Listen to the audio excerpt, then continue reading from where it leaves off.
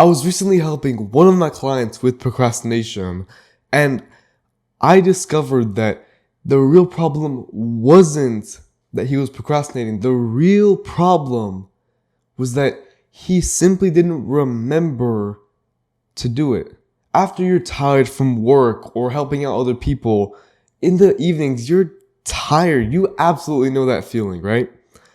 After I gave him my 3-step planning system, he ended up taking action. And so in this video, I'm going to share that exact same system with you so that you can get the same results as he did. But a little about me first. I'm Anthony, and I'm a procrastination coach. I spent 2 years fighting and learning about procrastination. And so I'm in the best shape I've ever been. And I even help other people stop procrastinating. I know what I'm talking about here. And so the first step to even getting any of this out is to learn what an implementation intention is. An implementation intention is essentially saying what you want to do as specific as possible. What this does is that when you get very specific and you even write this down as well, you'll find that you actually get to do it more. You'll actually want to do it because you've already planned it out in your head. So let's say 2 examples, right? Person A says, oh yeah, I'm just gonna get some work done today. You're not gonna get anything done because it's so vague. Like you're not gonna get anything done like that, right? But person B, he says, I am going to make this report at 3 p.m. today. Between those 2 people, who do you think is going to get more done? Or even better, who do you think is going to do anything at all? It's obviously person B because he's already planned it out in his head. He knows exactly what and when he's going to do it. An implementation intention is essentially just say what you're going to do and make it specific. Because then you're actually going to plan it out and then you're going to do it. The second step, which I kind of said earlier, write it down. You'd be so surprised at how many people have a thought or an idea, which is honestly very good. It's a huge insight, but then they don't write it down. And guess what? You're not going to remember anything that you don't write down. I'm sure there's probably ideas that people have had that could cure cancer. And yet because they didn't write it down, we're still suffering from it today. You would think that you set an idea, you set a plan in your head and then you remember it, right? But in the moment, let's say you're scrolling, right? You got back home, you're tired. You've already done a bunch of stuff today. You're not going to all of a sudden remember that plan you set yesterday. You're not going to remember that.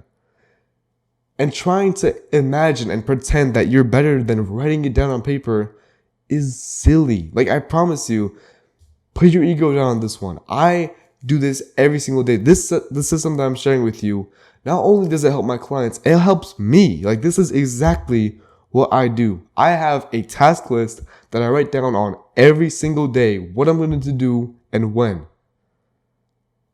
And it works for me. And so that's why I'm sharing it with you. I wouldn't be sharing something that didn't help me. That's why I'm not sharing another tactic. I'm not sharing the 5-second rule here because it didn't help me. Okay? Once you write it down, the third step is the most potent. If you just do the last steps, they will help you. Absolutely. But if you do this one, you're going to make huge progress. And what you're going to do for number 3 is to take that plan that you just wrote out and place it on wherever you usually relax or you procrastinate. So let's say you get back home and the first thing you usually do when you're tired is to just sit on your couch and turn on your TV. You could put your plan either on your couch or the remote, and now all of a sudden you suddenly remember what you actually wanted to do. You see, you don't have to have as much willpower as you think. It's honestly very easy to live without that much willpower. Like, you can easily take action without discipline or willpower, because all it matters is that you make it as easy for yourself as possible to actually achieve your goal. What we're doing here is making it so simple that even a baby would remember what you're doing. So you take the plan and you simply put it on the most obvious spot you can. For me, it's either my desk or my bed. My plan is either on my bed or my desk at all times of day. So I always have to see, even right now, as I'm recording this video, it's just below eye level. I can see it past the camera. When you get that level of obvious, where you see it practically for 5 hours a day, obviously you're going to take action on it more, right? And I'll actually give you a bonus step as well. So with this bonus, it comes more of a mindset. When you come back home and you're tired, usually you would think that you shouldn't do anything more. Since you're tired, then you should leave your goal on hold. Then you should procrastinate and stay exactly where you are right now. You see, the thing is, I have school as well. I have responsibilities outside of YouTube, and I get it. I am tired and I'm busy most of the days of the week. I'm busy all the time, in fact, right? And so is everybody else. Everybody is busy all the time.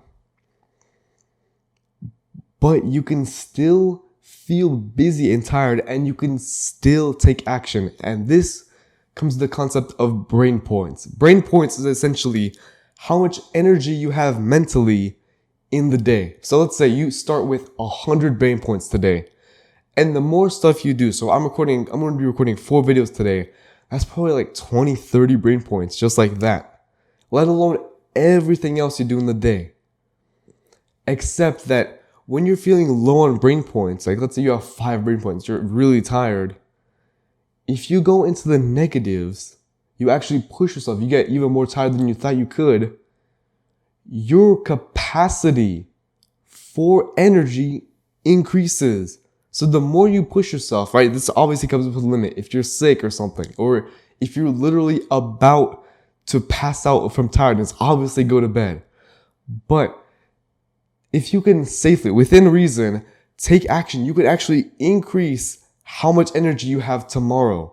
So you actually get used to taking more action. You get used to pushing yourself.